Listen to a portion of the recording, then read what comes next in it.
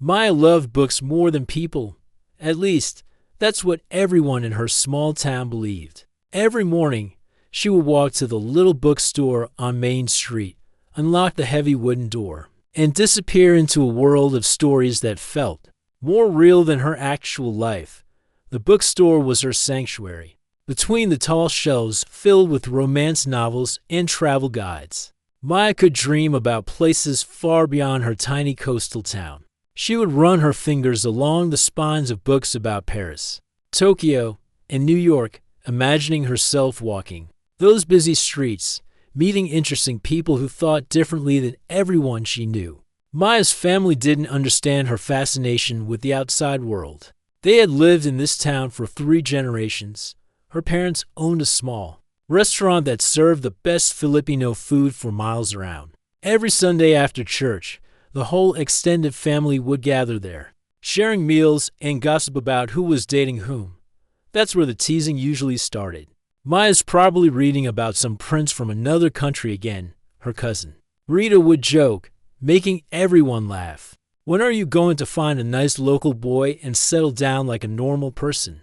Maya would force a smile and change the subject, but inside, her heart would sink a little more each time. She didn't understand why wanting something different made her weird. When her friends talked about the boys from their high school or the young men from their church, Maya felt nothing. They all seemed so ordinary. They talked about the same things, like the same sports, and planned to live their entire lives within a 20-mile radius. But when Maya went online and talked to people from different places, everything changed. She had met a musician from Canada who wrote songs about social justice. There was an artist from Mexico who painted murals about hope and change. She had spent hours talking to a teacher from Ireland who traveled to different countries during his summer breaks. These conversations made her feel alive. These people asked her deep questions about life, dreams, and what she wanted to accomplish. They shared their cultures, their struggles, and their perspectives on the world. Maya felt like she was learning and growing with every conversation. Her family saw it differently. You're wasting your time with strangers on the internet. Her mother would say while cooking dinner, these people don't really care about you. They're just entertainment. Real relationships happen with people you can touch, people who live near you, people who understand our culture. Maya tried to explain that distance didn't make feelings less real, but her words fell on deaf ears. Her father would nod along with her mother, adding that she needed to be more practical about life. Her grandmother, who lived with them, would shake her head sadly and mutter prayers in Tagalog, as if Maya was sick and needed healing. The worst part was how they treated her online friendships like they were childish fantasies. When Maya mentioned something funny that one of her international friends had said, her family would exchange looks. When she got excited about learning a new recipe from someone in Thailand, they would smile in that patient way adults smile at children who believe in fairy tales. Maya began to keep her online conversation secret. She would chat with her friends after her family went to bed, or during slow hours at the bookstore when no customers were around. She felt like she was living 2 separate lives. The one where she pretended to be interested in local boys and traditional expectations, and the real one where she could be herself. At family gatherings, the pressure got worse. Her aunts would bring pictures of their friends' sons, talking about what good catches they were. They would arrange casual meetings at the restaurant, inviting young men to dinner and seating them next to Maya. "This is Tommy," her aunt would announce. "He just got promoted at the bank. He's looking for a nice girl to marry." Maya would sit through these awkward dinners, making polite conversation while feeling like she was acting in a play she never auditioned for. The young men were perfectly fine, polite, hardworking, and kind, but talking to them felt like reading the same book over and over again. They had the same goals, the same limited view of the world, and the same assumption that Maya would be thrilled to settle down in their small town forever. After one particularly uncomfortable dinner with a mechanic named Carlos who spent the entire evening talking about car engines, Maya finally exploded. "Why can't you understand that I want something different?" she asked her parents later that night. "Why is it wrong to want to meet people who challenge me, who make me think about The world in new ways? Her father looked hurt. We just want you to be happy and secure. These internet friends of yours, they're not going to take care of you when you're old. They're not going to be there when you need them. But what if I never need taking care of? Amaya replied. What if I want to take care of myself and travel and experience life before I settle down? What if I want a partner who encourages my dreams instead of trying to keep me in one place? Her mother sighed deeply. Maya, you're 23 years old. Your cousin Rita is already married with a baby. Your friend Jessica just got engaged. You're being left behind while you chase these impossible dreams. That night, Maya lay in bed staring at the ceiling, wondering if everyone was right. Maybe she was being foolish. Maybe she was making her life harder than it needed to be. Maybe love was supposed to be practical and safe, not exciting and challenging. But deep in her heart, she couldn't shake the feeling that there was someone out there who would understand her dreams. Someone who would want to explore the world with her instead of keeping her trapped in a small-town bubble. She just had to be brave enough to keep looking, even when everyone around her thought she was crazy for trying. Everything changed when Maya started talking to David. He was a marine biology student from England who had come to study at the university 2 towns over. They met in an online forum about ocean conservation, where Maya had shared an article about protecting coral reefs. David commented on her post with such passion and knowledge that Maya found herself checking his profile. His photos showed him diving in crystal clear waters, holding sea creatures with gentle hands and smiling.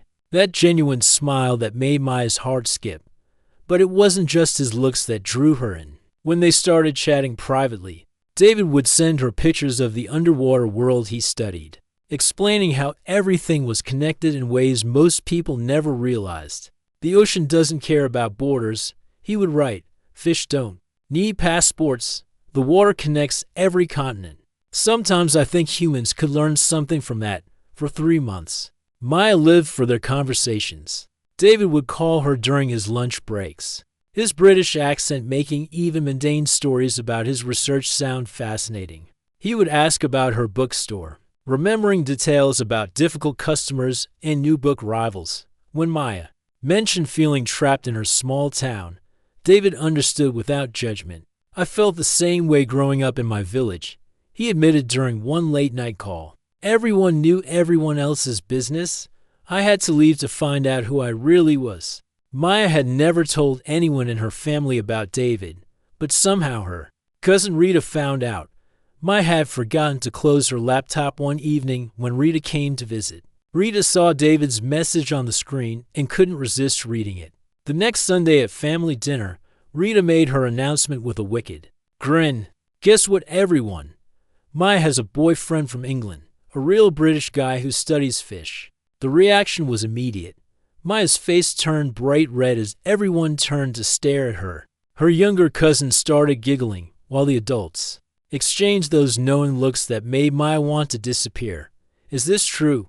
Her mother asked, trying to keep her voice calm but failing to hide her disappointment. Maya nodded, unable to find words to defend something that felt so right but looked so wrong to everyone else. Oh, Maya, her grandmother said sadly. What are you doing to yourself? That's when the real teasing began.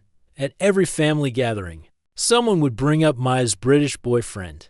Her uncle would put on a fake accent and ask, would you like some tea with your rice? Her cousins would joke about Maya moving to England and forgetting how to speak Tagalog. The worst part was how they made David sound like a character from a movie instead of a real person. They would call him Prince William or Maya's fish, expert with their quotes, as if his career was something to laugh about. When Maya tried to explain that marine biology was important work, they would nod with fake seriousness before bursting into laughter. When is he coming to visit? Rita would ask at every opportunity. Or is he too busy swimming with the dolphins? Maya tried to ignore the jokes, but they stung. Each comment made her feel smaller, made her question whether her feelings were real or just silly fantasies like everyone claimed. Things got worse when David's research program ended. He had to return to England to finish his degree and start looking for permanent work. The night before he left, they talked for hours about staying in touch and maybe visiting each other someday. But Maya could hear the uncertainty in his voice, the reality that long distance was hard and futures were unpredictable. "I'll miss our talks." David said, "You see the world differently than anyone I've met. Don't let anyone change that about you." 3 weeks later, their conversations became shorter and less frequent. David was busy with final exams and job interviews. Maya was working extra hours at the bookstore because tourist season had started. The time difference made everything harder. Soon, they were exchanging messages once a week, then once a month, then not at all. Maya's family noticed the change immediately. "What happened to your British prince?" Rita asked with fake concern. "Did he swim back to England without saying goodbye?" "I told you this would happen," her mother said. Not unkindly, but with that tired voice parents use when their children finally learn hard lessons. Long distance never works, especially with someone from a completely different world. Her aunt, Rosa, took this as her cue to become Maya's personal matchmaker. She started bringing eligible bachelors to every family event, introducing them with elaborate descriptions of their good qualities. "This is Miguel," she would announce. "He owns 3 food trucks and wants to expand into catering. Very entrepreneurial, very local." Maya would sit through these introductions feeling like a broken toy that everyone was trying to fix. The young men were perfectly nice, but every conversation felt forced.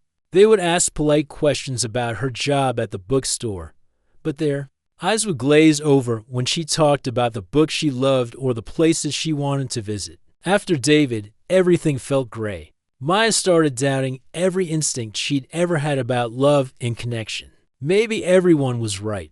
Maybe she was chasing fantasies while real life passed her by. Maybe settling for someone safe and local was better than ending up alone. With her dreams, her best friend Lucia, who had always supported Maya's unconventional choices, began to waver too. "Maybe you should give some of these local guys a real chance," Lucia suggested one afternoon while they organized new arrivals at the bookstore. "I mean, Roberto from the coffee shop is really sweet, and he's always asking about you." Maya felt like the last person on her side was switching teams. Even Lucia, who used to encourage Maya's dreams of traveling and meeting interesting people, was now suggesting she be more realistic. That night, Maya sat in her room looking at her laptop screen, wondering if she should delete all her social media accounts and online forums. Maybe it was time to stop dreaming about the wider world and accept that her life would always be contained within the borders of this small town. Maybe everyone was right, and she was just as stubborn to admit it. Maya couldn't breathe anymore. Not in her small town, not at family dinners, not even in her beloved bookstore. Every corner reminded her of failed dreams and disappointed faces. She needed to escape, even if just for a weekend. Her college friend, Nina, had been begging Maya to visit San Francisco for months. "Come stay with me," Nina would text. "You need a break from all that family drama. The city will remind you that there's a whole world out there." On a Friday morning in October, Maya finally packed a small bag and took the train north. As the landscape changed from familiar small-town streets to rolling hills, and then to the bustling cityscape, Maya felt something inside her chest loosen. For the first time in months, Nina picked her up at the station with a huge hug and an even bigger smile. "You look like you haven't slept in weeks," she said, not unkindly. "Good thing I have the perfect cure for heartbreak and family pressure." That evening, Nina dragged Maya to a small art gallery in the Mission District. The opening was for a local artist who painted about identity and belonging. Maya wasn't really in the mood for socializing, but Nina insisted that getting out among creative people would help Maya remember who she was before everyone else tried to change her.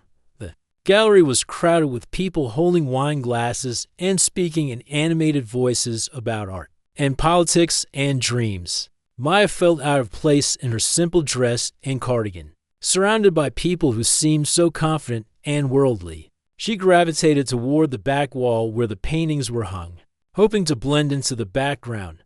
One painting stopped her completely. It showed a person standing on a bridge between two different worlds.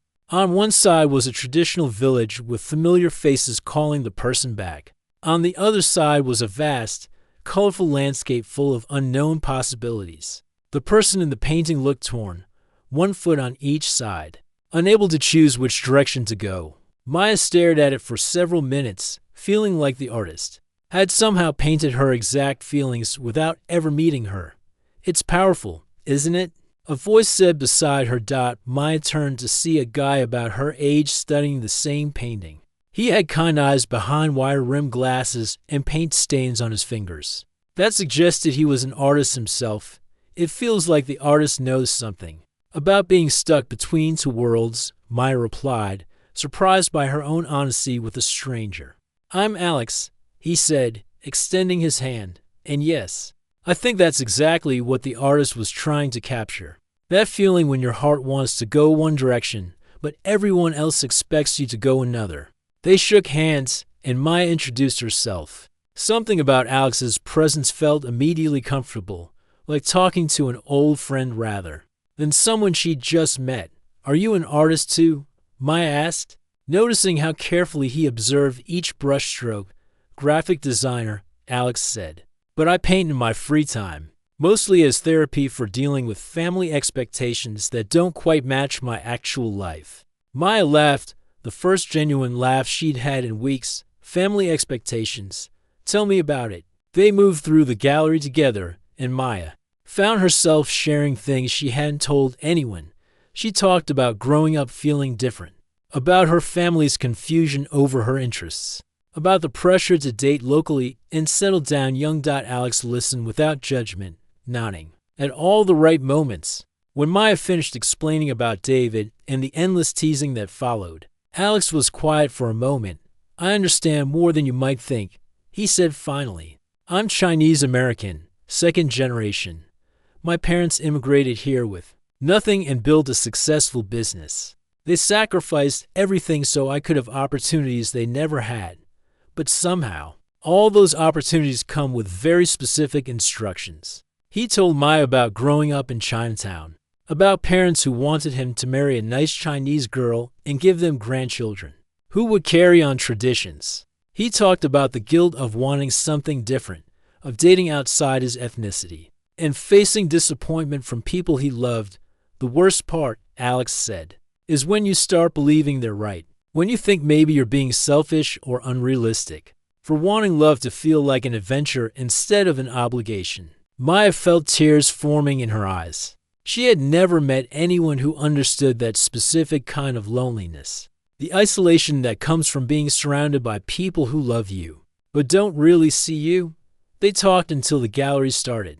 Closing around them, Alex asked if Maya wanted to continue their conversation over coffee, and she said yes without hesitation. They found an all-night diner in the Castro and talked until sunrise about everything, their childhoods, their dreams, their fears about disappointing their families while still being true to themselves. I used to think I was broken, Maya admitted as they shared a piece of chocolate cake at 3 in the morning. Like there was something wrong with me for not wanting what everyone else wanted. You're not broken, Alex said firmly. You're just brave enough to admit that one size doesn't fit all when it comes to love and life. As the sun came up over the city, Maya felt something she hadn't experienced in months. Hope. Not just hope for romance, but hope that she wasn't crazy for trusting her instincts about what would make her happy. Alex walked her back to Nina's apartment, and they exchanged phone numbers. I'd like to keep talking to you, he said, if you're interested in getting to know someone who understands what it's like to disappoint people by following your heart. Maya looked into his eyes and saw something she'd been searching for without knowing it, someone who didn't want to change her or fix her, but who appreciated exactly who she already was. I'd like that very much, she said as Alex walked away. Maya stood on Nina's doorstep watching the city wake up around her. For the first time in months, she felt like herself again. Not the version of herself that everyone else wanted her to be, but the real Maya who deserved love that felt right, even if it looked wrong to everyone else. The first text from Alex came 3 days after Maya returned home from San Francisco. She was restocking shelves at the bookstore when her phone buzzed with a message. That made her heart skip. I keep thinking about our conversation. How's your Week going, still fighting the good fight against small-town expectations? Maya found herself smiling for the first time since coming back to reality. She quickly typed back, "Some battles are easier to fight when you know you're not the only soldier." From that moment, their connection grew stronger every day. Unlike her experience with David, this felt different, more grounded, more real. Alex wasn't just someone she talked to online. He was someone who understood her world because he lived in a similar one. Every morning, Maya would wake up to a good morning text from Alex. He would share photos of his design projects, funny stories from his job, or just random thoughts about life. Maya would respond with pictures from the bookstore, stories about difficult customers, or observations about her small town that made Alex laugh. The best part was how Alex remembered everything. When Maya mentioned that Thursdays were her hardest days because the bookstore was slow and she had too much time to think, Alex started sending her interesting articles every Thursday morning. When she told him about her favorite coffee shop that closed down, he researched similar places in her area and sent her recommendations. After 6 weeks of daily conversations, Alex suggested they meet in person again. "I have a long weekend coming up," he texted. "Would you like some company down there? I promise I won't judge your small town too harshly." Maya's first instinct was panic. Having Alex in her space, meeting her family, seeing where she actually lived. It felt terrifying and wonderful at the same time. But she said yes because something inside her trusted him completely. Alex drove down on a Friday evening, and Maya met him at the town's only decent hotel. Seeing him again confirmed what she'd felt in San Francisco. This connection was real and worth pursuing. "So this is where the famous Maya lives," Alex said, looking round the small main street with genuine curiosity rather than judgment. "I can see why you feel restless here, but I can also see why your family loves it. There's something peaceful about knowing everyone and having history in every corner." That weekend, Alex proved he wasn't just visiting Maya. He was trying to understand her entire world. He asked questions about the town's history, complimented the architecture of old buildings, and even bought books from Maya's store to support the local business. When Maya introduced him to her co-workers, Alex was charming without being fake. He asked thoughtful questions and listened to their answers with real interest. By Sunday, Mrs. Peterson from the flower shop was asking Maya when Alex was coming back. The real test came when Maya's courage finally built up enough to introduce Alex to her parents. She had prepared them carefully, emphasizing Alex's career, his education, and his respectful nature. But she could still see the worry in their eyes. Alex arrived at their house on Sunday evening carrying flowers for Maya's mother and a bottle of wine for her father. He had researched Filipino customs and greeted Maya's grandmother in basic Tagalog, which made her eyes light up with surprise and delight.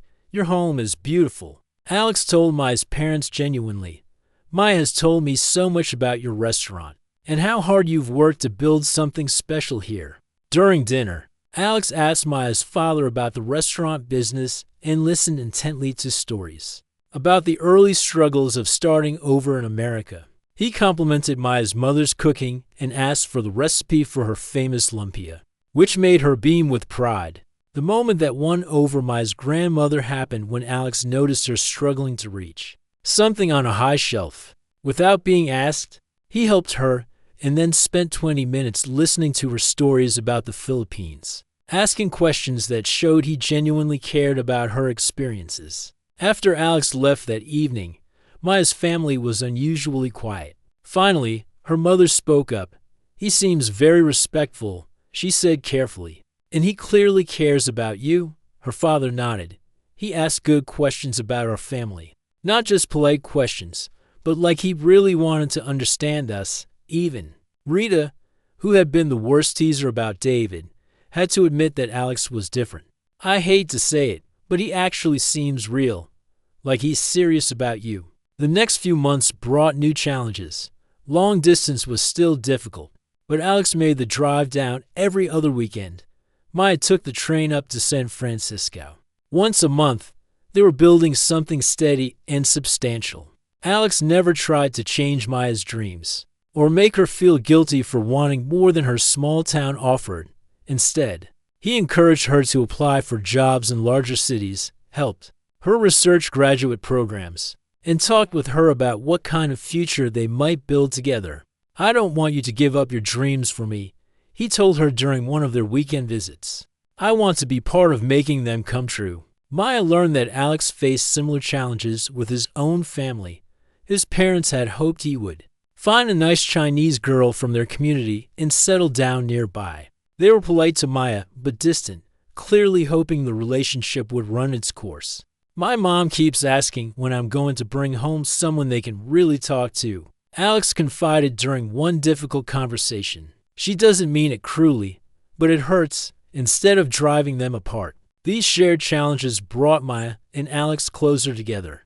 They understood each other's struggles in ways that friends and family couldn't. They developed strategies for handling difficult relatives and supporting each other through moments of doubt. When Maya had bad days and wondered if she was being foolish to pursue love across cultural lines, Alex reminded her of all the ways they fit together perfectly. When Alex felt guilty about disappointing his parents, Maya helped him remember that love shouldn't require sacrificing who you are. Their relationship wasn't perfect. They had arguments about everything from money to future plans to whose family they would visit for holidays. But they also had something Maya had never experienced before: a partnership where both people were committed to working through problems instead of running away from them. 6 months after meeting Alex, Maya realized she had stopped caring what her extended family thought about her choices. She was too busy building something real with someone who saw her exactly as she was